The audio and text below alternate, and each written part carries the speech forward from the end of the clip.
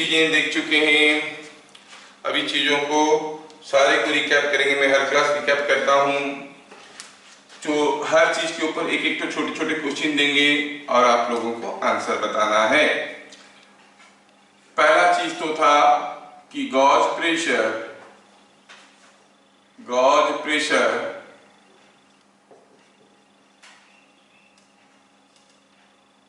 at any point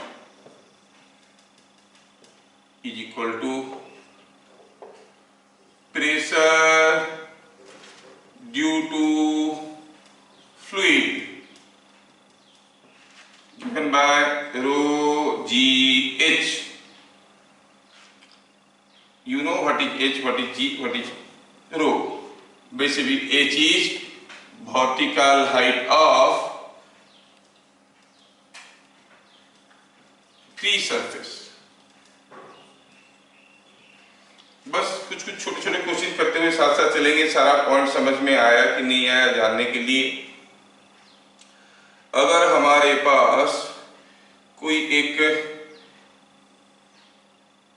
liquid container ऐसा shape का है, ठीक है, ऐसा शेप का है, ठीक है, और ये ऐसा है टेढ़ा वाला ट्यूब, ये टेढ़ा वाला ट्यूब अक्सर गिर जाता है, थोड़ा ऐसा वाला ट्यूब करेंगे। ये कोई एक ट्यूब है, ठीक है, और ये कोई एक पार्ट उसका ऐसा है। क्या दिया है? ये एंगल दिया हुआ है आपको 45 डिग्री, और ये एंगल आपको दिया गया है 60 डिग्री, और यहाँ पर लिक्विड भरा हुआ है। ये लेंथ आपको दिया गया है, कितना दिया गया है? 5√2 मीटर। ये लेंथ आपको दिया गया है कितना? ये दिया गया है से 6 मीटर, और इसमें एक लिक्विड भरा हुआ है।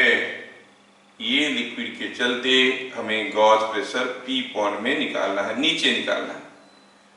तो if density of liquid is 1 gram per cc, gauge pressure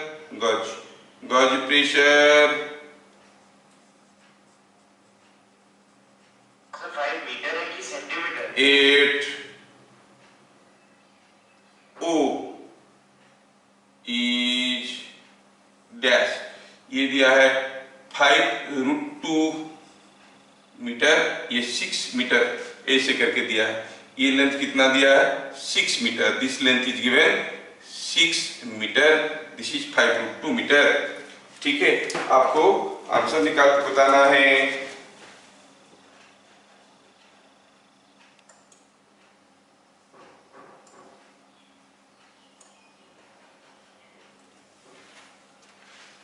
तो कैसे करेंगे, हर स्टेटमेंट को आज हम लोग देख लेंगे। ये नोट पॉइंट नंबर 1 था जो हम लोग जानते हैं, ठीक है। हर नोट पॉइंट के ऊपर एक एक तो क्वेश्चन देखेंगे और इसको समझने की कोशिश करेंगे। ये नोट पॉइंट नंबर 1 था, ठीक है। तो इसमें सॉल्यूशन क्या बनेगा? सॉल्यूशन कुछ ऐसे बनेगा, कैसे कि हमें देखना है हाइट। क्या हाइट देखना है? हाइट ऑफ फ्री सरफेस हमें चाहिए, ये टोटल हाइट, ये हाइट चाहिए, दिस इज एच, है ना। तो चलो हम इस हाइट को कहते हैं h1 और इस हाइट को कहते हैं h2, ठीक है। तो अगर हम कहेंगे हियर, अगर हम ऊपर वाला ट्रायंगल को देखते हैं, ऊपर वाला ट्रायंगल को देखते हैं तो ये कुछ ऐसा है। ये एंगल 45 डिग्री है और ये लेंथ है 5√2 और ये h1 है।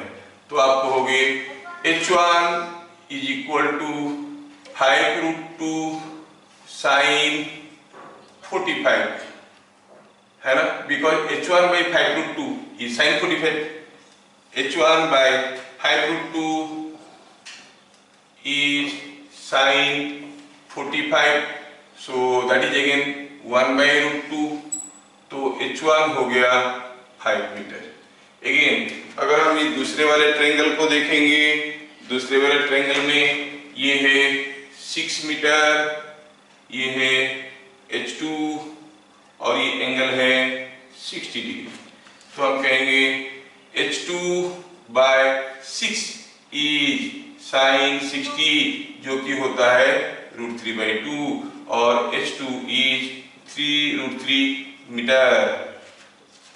Okay, now pressure at O is ρgh, जबकि h के जगह हम लिख सकते हैं ρgh1 प्लस h2। रो कितना है 1 ग्राम पर सीसी, हम अभी मीटर में लिख रहे हैं तो इसको केजी पर मीटर क्यूब में लिखेंगे, तो लिखेंगे 1000 केजी पर मीटर क्यूब, जी के जगह लिखेंगे 10 और h के जगह लिखेंगे 5 प्लस 3√3, तो it is coming out with 10,000 into 3√3 होता है, √3 को हम लोग 1.7 लेते हैं, सो 3√3 कितना हो गया 1.3, 3 into 1.7 5.1, so 5 plus 5.1 is 10.1, तो आंसर हो गया 10.1 into 10 power 4 newton per metre square, और अब चाहो तो इसको पास्कल में भी लिख सकते हो, ठीक है, और you can write Newton per metre square. कितना सिंपल था, स्टेटमेंट सबको समझ में आता है। उसके ऊपर एक छोटा सा एग्जांपल दे दिए ये बताने के लिए कि what does H stand for. H stands for the vertical height of free surface of the liquid above the point of concern, ठीक है। चीज को थोड़ा और ज्यादा बढ़िया से समझाने के लिए मैं आपको और एक क्वेश्चन दे सकता हूं कि सपोज मैं आपको एक दूसरा क्वेश्चन दूंगा यहाँ पे करने के लिए। दूसरा क्वेश्चन में मैं कुछ ऐसा एग्जांपल लूंगा। सपोज हम कहेंगे ये कोई एक यूट्यूब है,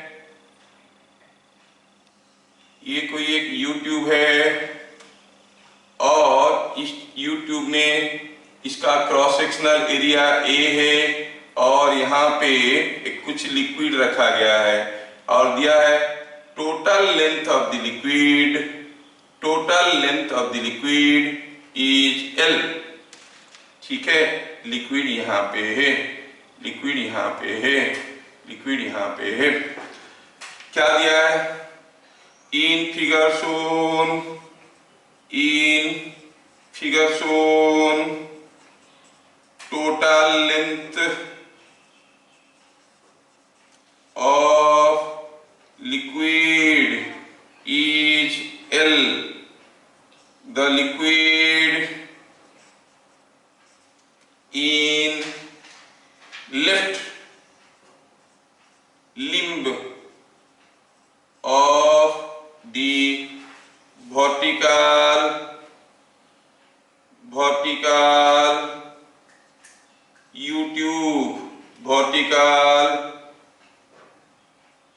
YouTube was pressed down by X and released. What will be initial acceleration of liquid? ध्यान से देखना क्वेश्चन में क्या दिया है, पूछा है what will be the initial acceleration of the liquid if the liquid in the left limb is pressed down by a distance x and released. अब लिक्विड का डेंसिटी आपको नहीं दिया गया है, चलिए देखते हैं। जब हम इस लिक्विड को डाउन प्रेस करेंगे, कैसे होगा। ये था YouTube में, दोबारा इसको ड्रॉ करने की कोशिश करता हूं। अब ये हो गया YouTube। इस YouTube में हम लेफ्ट साइड वाला जो लिम्ब है, जो ट्यूब है, उसके अंदर की लिक्विड को अब हम एक्सप्रेस करने वाले हैं नीचे की तरफ। ठीक है, फिगर में दिया गया है कि क्रॉस सेक्शनल एरिया ए है। ठीक है, जब इसका लिक्विड लेवल यहाँ पे था, इसको हम x नीचे प्रेस कर दिए तो इधर का लिक्विड लेवल जो यहाँ था वो x ऊपर चढ़ जाएगा। तो ठीक है, तो क्या हुआ, इसको प्रेस किए और छोड़ दिए तो फिर ये वापस आएगा। कितना एक्सीलरेशन में वापस आएगा, पहले देखना है कि कौन उसको मूव करवाएगा। जब इसको हम छोड़ दिए, यहाँ पे यहाँ तक प्रेस करके छोड़ दिए, ये वापस भागने लगा। क्यों भागा, अगर हमें किसी तरह से फोर्स पता चल जाएगा, मास पता चल जाएगा, तो शायद हमें ये फॉर्मूला मालूम है कि एक्सीलरेशन इज फोर्स बाय मास। तो जब हम इसको एक्सप्रेस कर दिए, अब देखो इधर का हाइट डिफरेंस कितना हो गया है, 2x। अगर किसी तरह से ये वाला लिक्विड को हम बाहर निकाल लेंगे तो बाकी के लिक्विड तो वापस नहीं जाएगा। वापस क्यों जा रहा है, क्योंकि this liquid is exerting a force on this. समझ में आ रहा है। तो यू सी द सॉल्यूशन में हम ऐसे लिखेंगे, the liquid starts moving due to the unbalance liquid on right side due to force of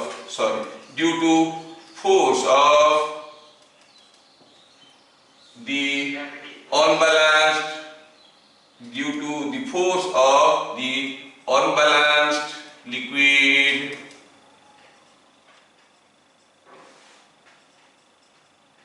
on right side। ये आपको समझ में आ गया। ठीक है, राइट साइड में जो अनबैलेंस्ड लिक्विड हुआ उसके चलते ये अभी वापस आने वाला है। कौन सा लिक्विड, ये। तो क्या लिखेंगे, P, pressure due two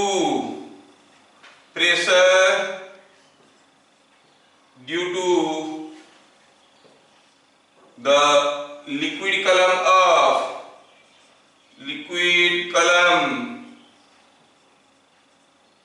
of height 2x। ये 2x का हाइट का है, is equal to rho g 2x है कि नहीं। ये हो गया प्रेशर, लेकिन रो तो हमें नहीं दिया है। चलो खैर मान लेते हैं, रो लेके चलते हैं, देखेंगे क्या हो रहा है आगे। F, force exerted by this liquid is equal to pressure into यहाँ का एरिया। यहाँ का एरिया कितना है, ये तो दिया है, यूनिफॉर्म ट्यूब है, P into A, so it is 2 rho g x a. अच्छा, ये हो गई फोर्स। अब ये फोर्स ढकेलने लगेगा तो ये सब वापस आने लगेंगे। जैसे ये फोर्स ढकेलेगा ये सारा चीज वापस आएंगे। M, मास इन मोशन, कितना मास मूव करेगा, it is density into volume. किसका वॉल्यूम, कौन मूव करेगा, सारा का सारा लिक्विड मूव करेगा। अब कौन मूव करेगा, ये पूरा का पूरा लिक्विड मूव करेगा। पूरा लिक्विड का वॉल्यूम कितना है, एरिया है A, लेंथ है L, तो हम कहेंगे it is rho A L. हाँ, इस फोर्स के चलते ये मास मूव करेगा। अब एक्सीलरेशन तो कोई भी निकाल सकता है। व्हाट इज द एक्सीलरेशन, ये सारा का सारा लिक्विड मूव करेगा। देखो ये लिक्विड भी मूव नहीं करेगा क्या, this will also move, all they will move because of the force. है कि नहीं? तो हम कहेंगे it is acceleration is equal to force by mass. Force कितना हो रहा है, कितना फोर्स हो रहा है? फोर्स हो रहा है, ये अभी अभी निकाले हम, 2 रो जी एक्स ए। मास कितना है? रो ए एल। रो मालूम नहीं था, ये रो ए घर गए, ये रोए घर गए। अच्छा रह गया कौन? 2gx by L. So the acceleration is 2gx by L. With what acceleration? The liquid starts moving. ये इनिशियल एक्सीलरेशन है, क्योंकि जैसे जैसे मूव करेगा ये लेवल डिफरेंस बदलते जाएगा तो फोर्स घटते जाएगा, फोर्स घटते जाएगा, एक्सीलरेशन घटते जाएगा। So you will see the acceleration is equal to, कौन सा एक्सीलरेशन पूछा है यहाँ पे? What will be initial? अरे इनिशियल मींस टी आई नहीं है, इनिशियल एक्सीलरेशन ऑफ लिक्विड, मतलब जैसे हम छोड़ेंगे तुरंत उसके बाद उसका एक्सीलरेशन क्या होगा? वही होगा जो मंजूर खुदा होगा, 2gx by L। आया समझ में? ठीक है। नोट पॉइंट नंबर 2 में हम लोग क्या देखिए कि pressure at A point acts in all directions. ठीक है। नोट पॉइंट नंबर 3 में हम लोग देखें for a homogeneous liquid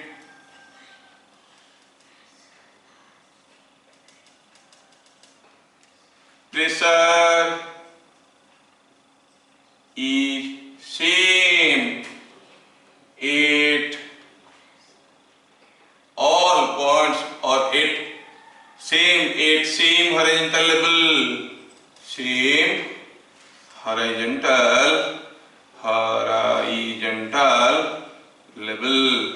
level पे हर जगह प्रेशर बराबर होता है ना?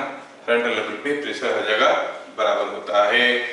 तो ठीक है, ये दो स्टेटमेंट को लेके देखेंगे तो हम क्या कहेंगे? अगर हमें पूछा गया, ये क्वेश्चन में एग्जाम्पल हम लोग लिए थे, पूछा है कि आपको 3 अरेंजमेंट दिया गया है। ये एक अरेंजमेंट है, ये दूसरा अरेंजमेंट है,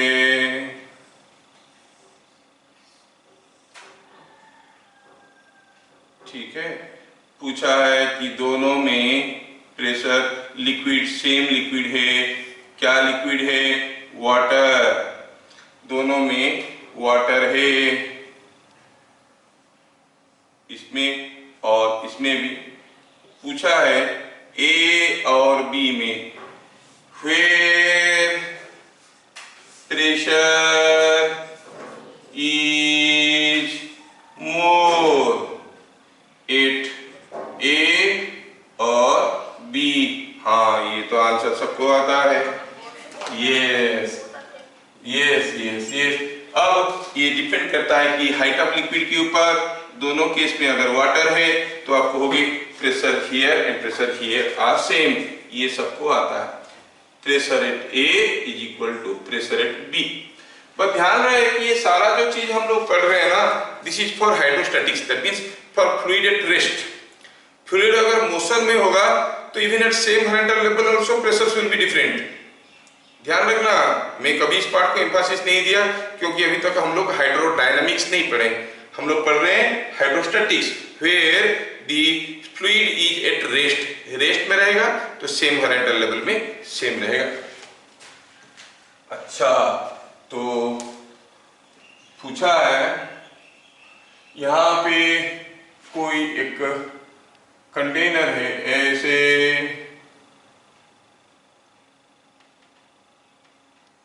ठीक है, और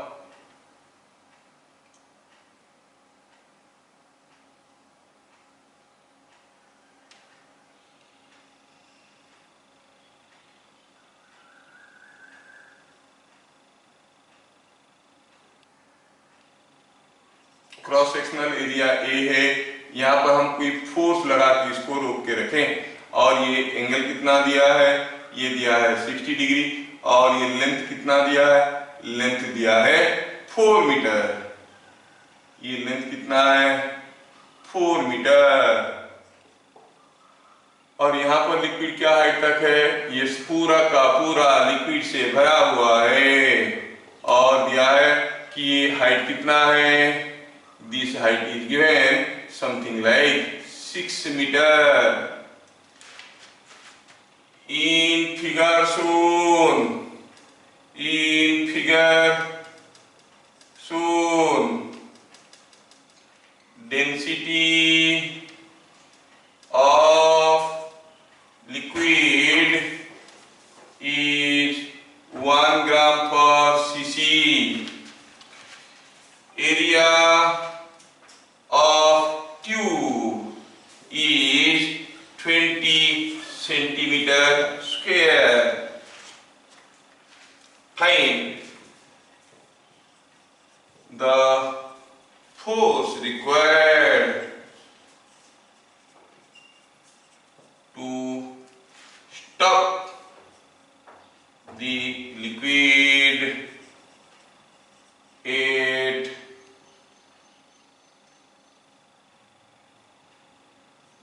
end B of the tube।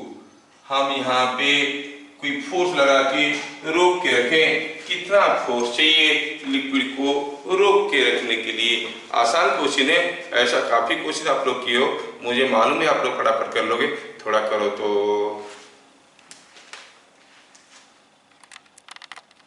तो चलो देखते हैं। अगर हमें निकालना है प्रेशर एट पॉइंट बी, मैं इसके सीधे में एक पॉइंट लेता हूं, I call this point as c. ये पॉइंट का नाम दे दिया मैं सी।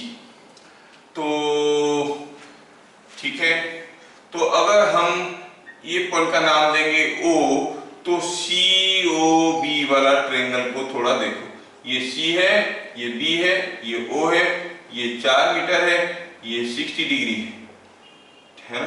तो हम क्या कहेंगे, ये 60 डिग्री है। सॉल्यूशन में कहेंगे इन फिगर शोन। आप क्या कहोगे, OC by OB is cos 60, OC by OB is cos 60, और OB तो है 4 मीटर, cos 60 तो है 1/2, तो इसका मतलब OC इज 2 मीटर। हाँ, OC 2 मीटर है। Pressure eight B equal to pressure at C. Why? For a homogeneous liquid, pressure is same at same horizontal level. Pressure at B is equal to pressure at C. अच्छा, तो pressure C कितना है? It is rho G into H. H क्या लेंगे यहाँ पे? फिर what is H? H is AC. वो क्या है? It is AO minus OC. AO कितना है? 6 मीटर। OC कितना? 2 मीटर। हो गया 4 मीटर। नहीं? अच्छा, तो ये रो का वैल्यू डाल देते हैं। It was 1 gram per cc, तो will make it 1000 into g हो गया 10, H हो गया 4, so it is 4 into 10 to the power 4 newton per metre square. लेकिन हमें तो फोर्स चाहिए। Force is pressure into area. अगर हम कहेंगे एरिया, एरिया कितना दिया है? 20 सेंटीमीटर स्क्वायर। जब हम सेंटीमीटर को मीटर करते हैं, 100 डिवाइड करते हैं, सेंटीमीटर स्क्वायर को मीटर स्क्वायर करेंगे तो आप जानते हो 1 metre square is equal to 100 centimetre का square is equal to 10 power 4 centimetre square. So 1 centimetre square is equal to 10 to the power minus 4 metre square. So it is 20 into 10 to the power minus 4 metre square. सब कुछ मिल गया, मेरा दिल लिखे लिख गया। Force कितना हुआ? प्रेशर है B into area, that is 4 into 10 to the power 4, 20 into 10 to the power -4 is 80 Newton. The force required is 80 Newton only. समझ में आ गया? ठीक है। Yes. So at the same horizontal level, pressure is same. We have seen these 2 points. Now let us see next point. इसमें हम लोग ये देखे थे कि हम पॉइंट नंबर 4 में हम देखे थे net pressure means total pressure. Total pressure at any point is the sum of pressures due to all liquids or all fluids, अगर आपको कोई पूछता है कि बताओ, मैं आपको एक ऐसा अरेंजमेंट देता हूं और बताओ इसमें प्रेशर कितना है, तो चलिए देखते हैं। अगर हम आपको पूछते हैं कि बताओ ये कोई एक कंटेनर है ऐसा शेप का, ठीक है, इसमें कुछ लिक्विड यहाँ पे रखा है और कुछ लिक्विड यहाँ पे रखा है, और ये लिक्विड का ये एरिया कितना दिया हुआ है? एरिया दिया हुआ है A, और ये लिक्विड का डेंसिटी है ρ1, ये लिक्विड का डेंसिटी है ρ2, है ना। तो हम कहेंगे ये हाइट दिया है h1 और ये हाइट दिया है h2। पूछा है एग्जाम्पल में, पूछा है find force due to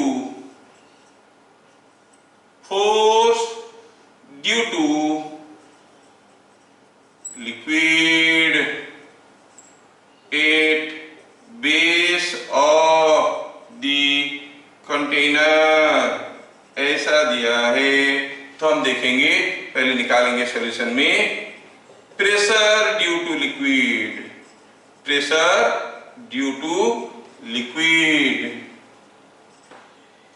eight base is equal to, देखो यहाँ पर 2 टाइप के लिक्विड है, लेकिन हमें टोटल प्रेशर निकालना होगा, क्योंकि दोनों लिक्विड का प्रेशर मिलके वहां पर आएंगे, और जो टोटल प्रेशर होगा that total pressure will decide what is the force on the base. Total pressure मतलब प्रेशर ड्यू टू ऊपर वाला लिक्विड, प्रेशर ड्यू टू नीचे वाला लिक्विड। प्रेशर ड्यू टू ऊपर वाला लिक्विड का हाइट कितना है? h1, तो will write ρ1 g h1 plus इसके लिए ρ2 g h2, तो फोर्स हो जाएगा टोटल प्रेशर, g तो गया common, ρ1 h1 plus ρ2 h2 into you get pressure into area. So the force on the base will be ρ1 h1 plus ρ2 h2 into g into area. ये आपको समझ में आना जरूरी है। जब भी हमें प्रेशर निकालने की बात आएगा, हमें देखना पड़ेगा what is the total pressure here due to all liquids available. यहाँ पर लिक्विड के लिए बोला है, नहीं तो टोटल प्रेशर देखेंगे तो एटमॉस्फेरिक प्रेशर के लिए भी तो प्रेशर आ रहा है, ठीक है ना। लेकिन पूछा गया what is the pressure due to liquid at base of the container, ऐसे करके पूछा गया है, ठीक है। तो सोचो अगर हम निकालना चाहेंगे ये क्वेश्चन को निकालना चाहेंगे,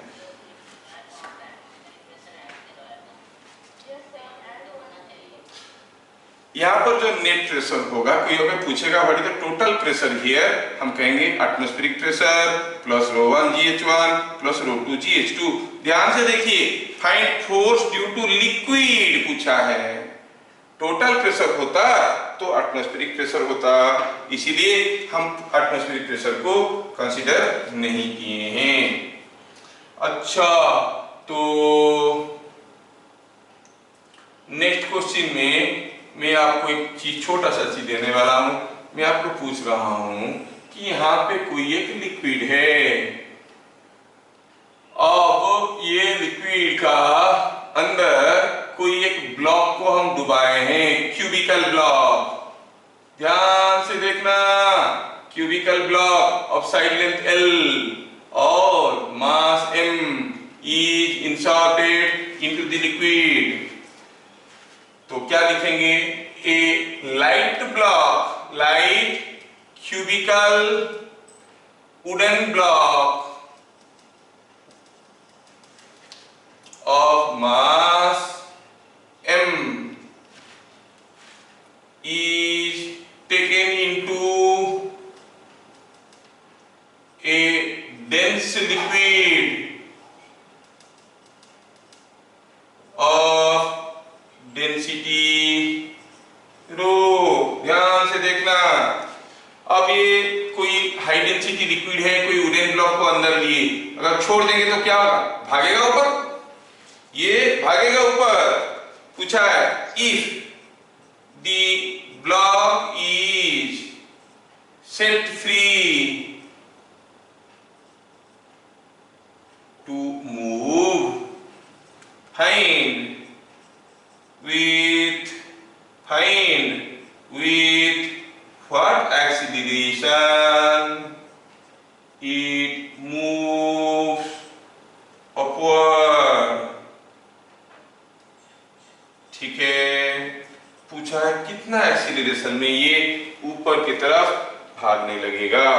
क्वेश्चन को पहले ध्यान से समझ लीजिए। कोई एक वुडन ब्लॉक था क्यूबिकल शेप का, जिसका साइड लेंथ है L। क्वेश्चन में नहीं लिखा है लेकिन फिगर में लिखाया गया है, क्यूबिकल है और साइड लेंथ L है। अच्छा, इसको क्या किसी लिक्विड में डुबो दिए, अब छोड़ देंगे, बुप करके निकल के आएगा। कितना एक्सीलरेशन में भागेगा वो आपको निकालना है। अगर हम कैसे कैसे फोर्स निकाल देंगे तो फोर्स बाई मास एक्सीलरेशन कर देंगे, है ना। चलिए फोर्स निकालने की कोशिश करते हैं। सॉल्यूशन,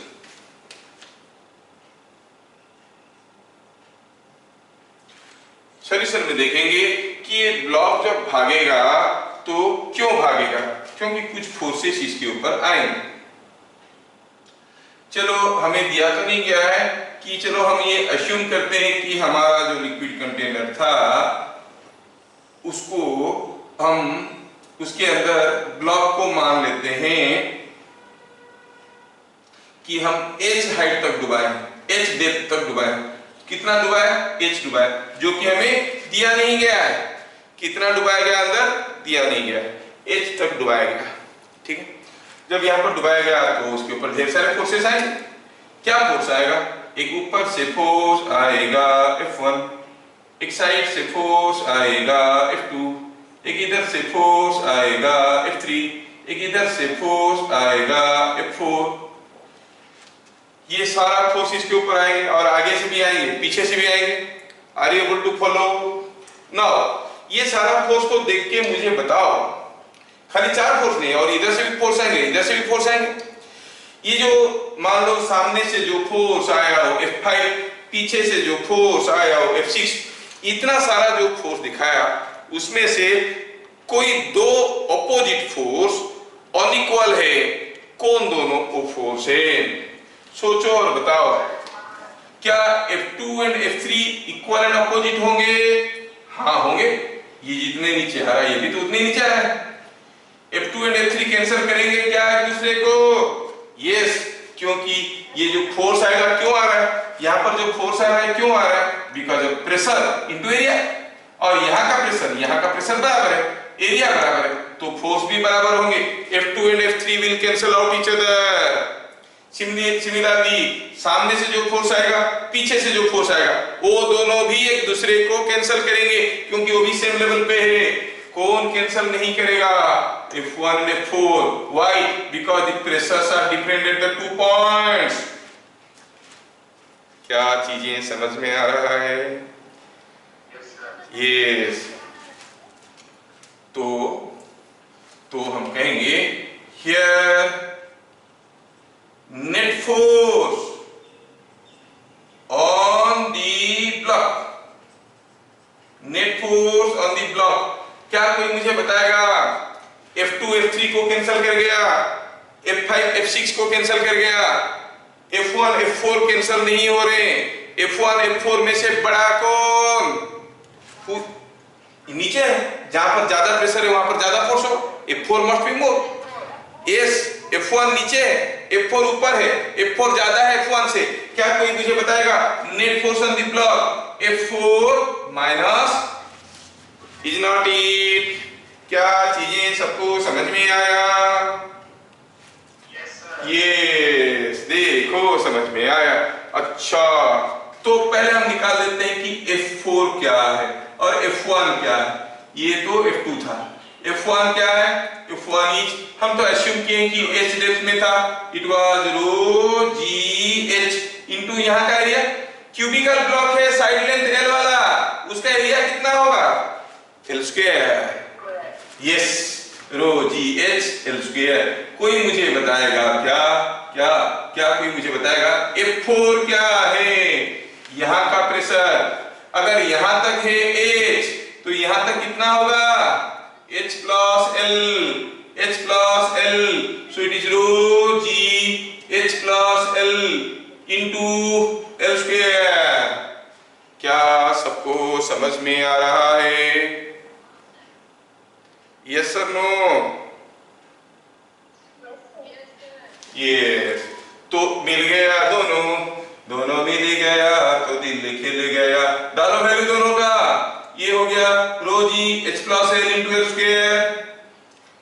रो जी लिखे कुछ इधर जगह नहीं है, जगह नहीं है तो यहाँ पे लिखेंगे। नोट पॉइंट नंबर 4 हम देख चुके हैं। We are writing the solution here. This is an important question, this is an important question. So F4 minus F1 is equal to rho G H plus L into L square minus rho G H L square। Simplify करें तो ये हो गया rho G H L square plus rho G L cube minus rho G H L square। एक दूसरे को खा गए, rho G L cube। So the net force is, liquid का डेंसिटी रो दिया था, net force is rho g L cube.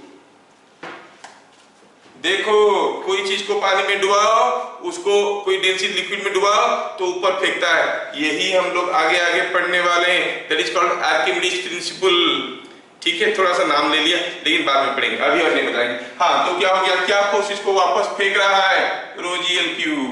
तो acceleration of block is equal to net force by net mass। Net force हो गया rho g L cube और net मास, मास कितना है? मास तो m है। सो the acceleration with which the block starts going upward, rho g l cube by m, rho g L cube by M. M हो गया mass of the block दिया हुआ है। ठीक है,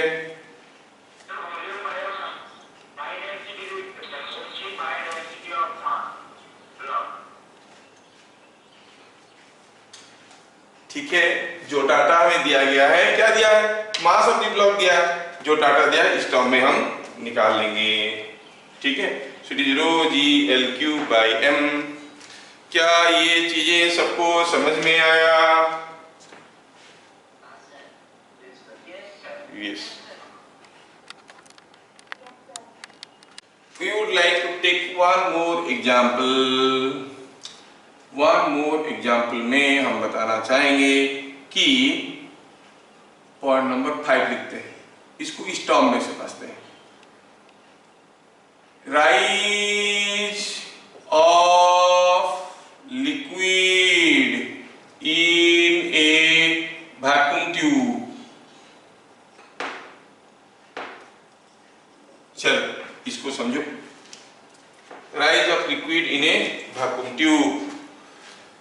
सपोज हम कहेंगे कि यहां पर कोई एक लिक्विड कंटेनर है और यहां पर हम कहेंगे कोई एक ट्यूब है, ठीक है। ये ट्यूब कोई एक मान लो टेस्ट ट्यूब ऐसे रखा है और यहां से आप इसका सारा एयर को निकाल लेते हो सब करके, ठीक है। All the air is remove. This liquid is of density rho. जो जैसे all the air is evacuated, you find the liquid rises up to this level. We want to say और read about that rise of liquid in the vacuum tube, ठीक है। सो क्या लिखेंगे इसमें?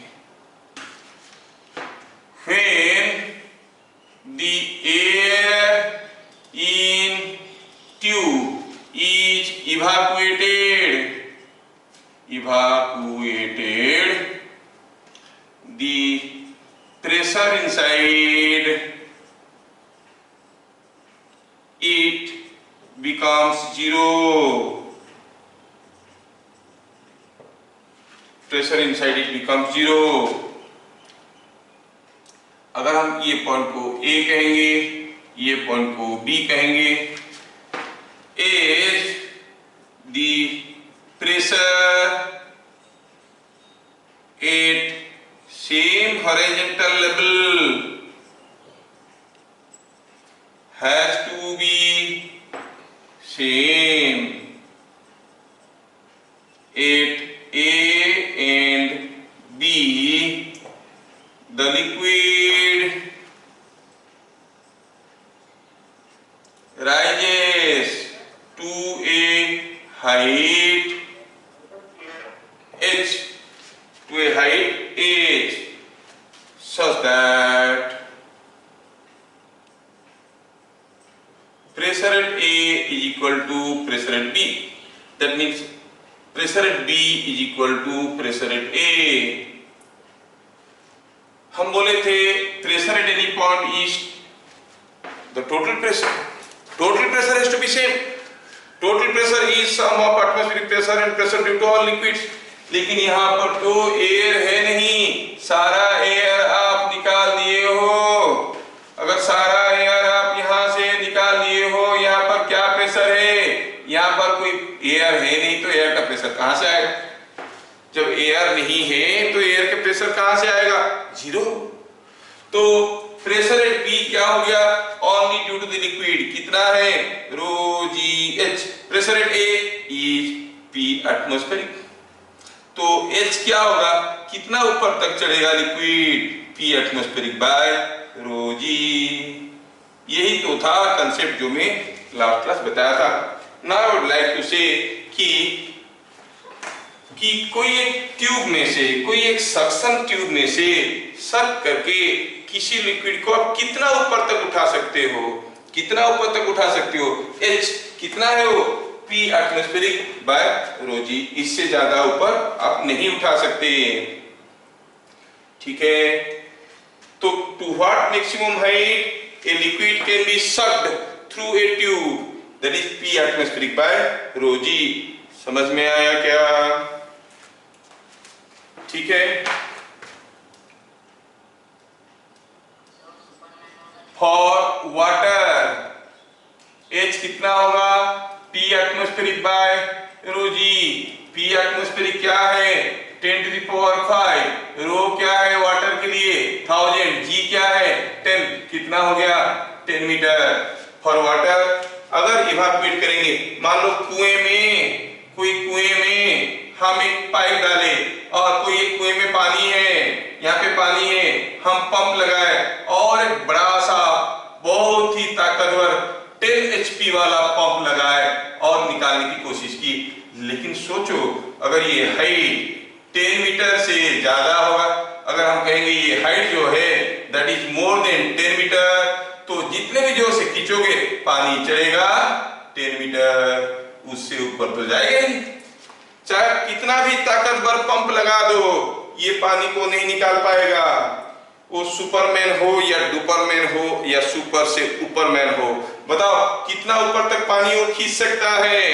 Maximum 10 metre. मतलब अगर वो सुपरमैन का हाइट पानी के लेवल से 10 मीटर से ज्यादा हो गया तो खींच नहीं पाएगा, चाहे कितना भी ताकत लगा दो, क्योंकि पानी को ज्यादा से ज्यादा क्या करेगा? सारा का सारा एयर को निकालेगा, लेकिन सारा का सारा एयर को निकाल देगा तो पानी तो 10 मीटर ही उठेगा, उससे ज्यादा उठेगा ही नहीं। Are you getting? यस। तो ये बात हुआ। तो आंसर क्या होगा? सुपरमैन वाला क्वेश्चन जो लास्ट वीडियो की एंड में दिया था, आंसर होगा 10 मीटर। ये आपको समझ में आ गया। मैं अब थोड़ा सा मैं बताऊंगा आपको अबाउट ए बैरोमीटर। बैरोमीटर क्या होता है? It's device to measure, it measures atmospheric pressure. क्या करते हैं इसमें क्या करते हैं बताता हूं। बैरोमीटर में होता क्या है कि एक स्केल होता है, एक मरकुरी कंटेनर होता है, ठीक है, और क्या करते हैं यहां पर एक ट्यूब रखते हैं, ऐसे ट्यूब रखते हैं। कितना लंबा होता है ये? चलो मान लेते हैं कि ट्यूब का लेंथ इज रफली अराउंड 100 सेंटीमीटर, मतलब 1 मीटर। इसके अंदर का एयर वैक्यूम कर देते हैं, इवापोरेट कर देते हैं। अब जैसे लिक्विड मरकुरी में रखेंगे, ये क्या है इसमें? यूसिटी is mercury, the mercury rises up to क्या हाइट? ये स्केल पे लिखा रहता है 100, 90, 80, 70 ऐसे लिखा रहता है इसके ऊपर, ठीक है। ये लिक्विड जब यहां तक चलेगा, इसको देख के पता कर लेंगे कि प्रेशर कितना है। अगर नॉर्मल एटमॉस्फेरिक प्रेशर है तो ये कितना होता है? 76.8 सेंटीमीटर। कोई क्लाउडी डे है, हम कहते हैं ना लो प्रेशर क्रिएट हो गया, लो प्रेशर क्रिएट हो गया क्लाउडी डे में, तो क्या होगा? तो ये लेवल घट जाता है, उसको देख के बोलते हैं लो प्रेशर हो गया, है ना। प्रेशर लो हुआ या हाई हुआ, हम इसको देख के आसानी से बता सकते हैं। सो हाउ ये barometer measures the atmospheric pressure? कैसे? और एक्सपेरिमेंट तो आप समझ गए यहां पर। A vacuum tube is inverted on mercury to balance the pressure at the bottom. Pressure at bottom. Mercury rises. Mercury rises. ठीक है, कितना तक मरकरी चढ़ गया उसको लेके हम रीडिंग निकाल देते हैं। हाँ, कहेंगे कि ये कितना 76.8 है सेंटीमीटर है, मतलब नॉर्मल है, या ज्यादा प्रेशर है या कम प्रेशर है। समझ में आया? क्वेश्चन आता है कि मरकरी इतना कॉस्टली है, हम मरकरी के बैरोमीटर क्यों बनाएंगे? मैकेनिज्म तो सबके लिए एप्लीकेबल है, किसी के लिए भी बना सकते हैं। Why not we make a water barometer? Water barometer तो बना सकते हैं, सस्ते में मिला, पानी डाल दिया। यस, अगर हम वाटर बैरोमीटर क्यों नहीं लेंगे? अगर लेंगे तो ये कितना ऊपर चढ़ेगा रे भैया? 10 मीटर। इतना लंबा आपको सीढ़ी लगा के रीडिंग लेना पड़ेगा। इतना ऊपर गया 10 मीटर, समझ रहे हो? Your house is 10 metre means 3 storeyed building. तो जो वहां पर रहेगा देखने के लिए प्रेशर, बेचारा का धुआं निकल जाएगा, बार बार सीढ़ी में ऊपर जाएगा, कितना प्रेशर है देख के नीचे आएगा, तब तक उसका ब्लड प्रेशर बढ़ जाएगा, है कि नहीं? तो इतना लंबा नहीं लेते। तो क्वेश्चन ये आता है why we don't use a water barometer? Because for that कर सकते हैं, ये नहीं कि नहीं कर सकते, वाटर बैरोमीटर भी यूज कर सकते हैं, आसानी से कर सकते हैं। मान लो कि आपका लैब यहाँ पे है, तीसरी मंजिल पे है लैब, आर यू गेटिंग?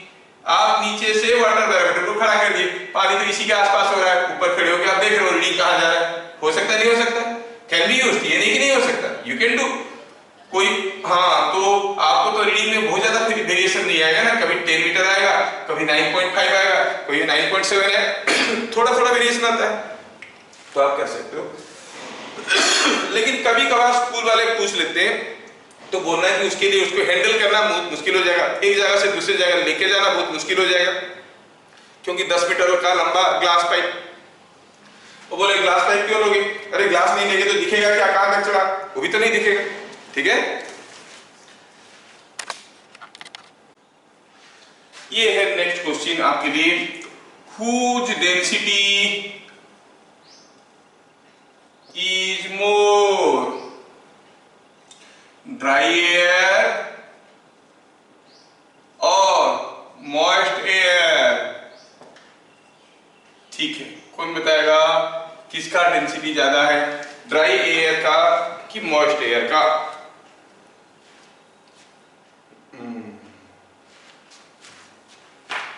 कभी सोचे हो? चलो सोचते, आपको क्या लग रहा है, ड्राई एयर का डेंसिटी ज्यादा होगा कि ह्यूमिडिटी रहेगा, मॉइस्चर रहेगा तो डेंसिटी ज्यादा होगा? चलो देखते हैं, चलो देखते हैं, चलो देखते हैं। सपोज हम कहेंगे this is certain volume of air, ये कुछ एयर में लिया, ये कुछ दूसरा एयर लिया, क्या मान लो कि दिस इज मॉइस्ट एयर और ये है ड्राई एयर। अब ड्राई एयर में मोस्टली आपके पास क्या है, नाइट्रोजन एंड ऑक्सीजन। नाइट्रोजन का मॉलिक्यूलर वेट है 28, ऑक्सीजन का 32। मॉइस्ट एयर में क्या होगा, मॉइस्ट एयर में कुछ नाइट्रोजन होगा, कुछ ऑक्सीजन होगा, उसके साथ साथ कुछ वाटर पार्टिकल्स भी होंगे। ये नाइट्रोजन का हो गया 28, ऑक्सीजन का 32, वाटर पार्टिकल का 18। देखो भी यहाँ पर वजनदार चीजें भरे हुए थे, यहाँ पर कोई हल्का फुल्का चीज भी सेम वॉल्यूम में आ गया है। अगर ये दोनों वॉल्यूम बराबर है, ये दोनों वॉल्यूम बराबर है, तो किसका मास ज्यादा होगा, ड्राई वाले का कि मॉइस्ट वाले का? ड्राई वाले का, क्योंकि दोनों वजनदार चीज भरे हुए हैं, इसमें कुछ हल्का फुल्का चीज भी आ गया है। सोचो, दो डिब्बे हैं, दोनों डिब्बे बराबर साइज के हैं। एक डिब्बे में क्या है, एक डिब्बे में है डस्ट, क्या dust, copper dust and iron dust. इसमें कॉपर डस्ट आयरन डस्ट है। इसमें क्या है, दोनों डब्बा बराबर साइज का है, इसमें भी कॉपर डस्ट है, आयरन डस्ट है, प्लस प्लस कुछ मान लो 100 डस्ट है। 100 डस्ट मतलब लकड़ी को काटते हैं ना तो उसमें निकलता है वुडन डस्ट, 100 डस्ट है और प्लास्टिक डस्ट है। किसका मास ज्यादा होगा, M1 ज्यादा होगा कि M2 ज्यादा होगा? इसमें खाली कॉपर और आयरन भरे हुए हैं, मेटल भरे हुए हैं, वजनदार चीज भरे हुए हैं, इसमें कुछ लकड़ी की चीजें आ गए, इसका मास कम होगा। तो सिमिलरली यहाँ पर नाइट्रोजन एंड ऑक्सीजन थे, यहाँ पर नाइट्रोजन एंड ऑक्सीजन थे, तो हमें पता चल गया कि दोनों के दोनों हेवी चीजें थे। जबकि यहाँ पर नाइट्रोजन ऑक्सीजन के साथ कुछ वाटर मॉलिक्यूल थे, तो obviously mass in the first case, mass in the second case अगर देखेंगे तो M1 will be more than M2, है कि नहीं? For the same volume, suppose हम कहेंगे यहाँ पर वॉल्यूम है V, V1 is V, V2 is also V, for the same volume mass of the first one will be more. Now density क्या होता है, मास बाय वॉल्यूम। सो क्या मिला आपको, density of dry air is more then density of moist air. समझ में आया क्या? यस।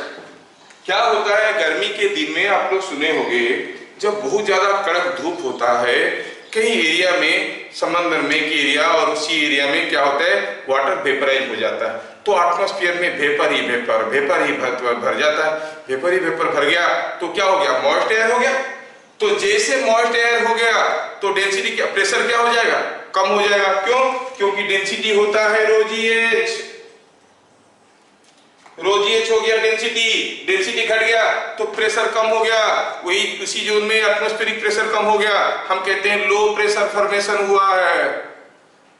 तो लो प्रेशर होगा तो फिर क्या होगा, जहां पर नॉर्मल प्रेशर है वहां पर प्रेशर तो ज्यादा है, वहां से हवा भागते हुए आएगा, जैसे भागते हुए आएगा तो रास्ते में वो एक्सपांड करेगा तो ठंडा करेगा और बारिश करवाएगा।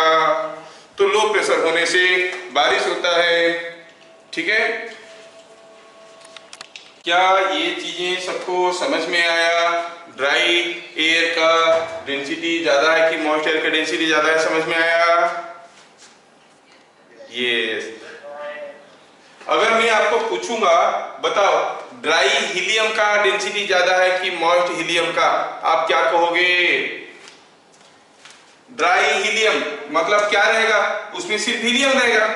ड्राई हीलियम तो रहेगा helium, molecular weight 4। Moist helium में क्या रहेगा?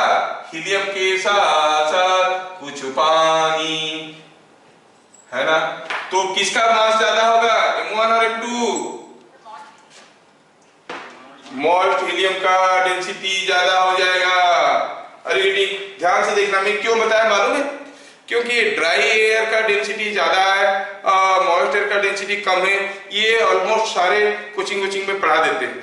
IIT JEE में आ गया, whose density is more, dry helium और मॉइस्ट हीलियम। जो लोग कंसेप्ट नहीं समझे थे, मॉइस्ट देख के थप्पा मार दी, मिला अंडा और लेके घर में भुजिया बना के खा गए।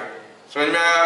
तो कंसेप्ट के साथ जाना, रट्टा मत मारना, रट्टा मत मारना, चीजों को समझना कि क्यों हो रहा है। क्या मैं सबको ठीक ठाक समझा पा रहा हूं?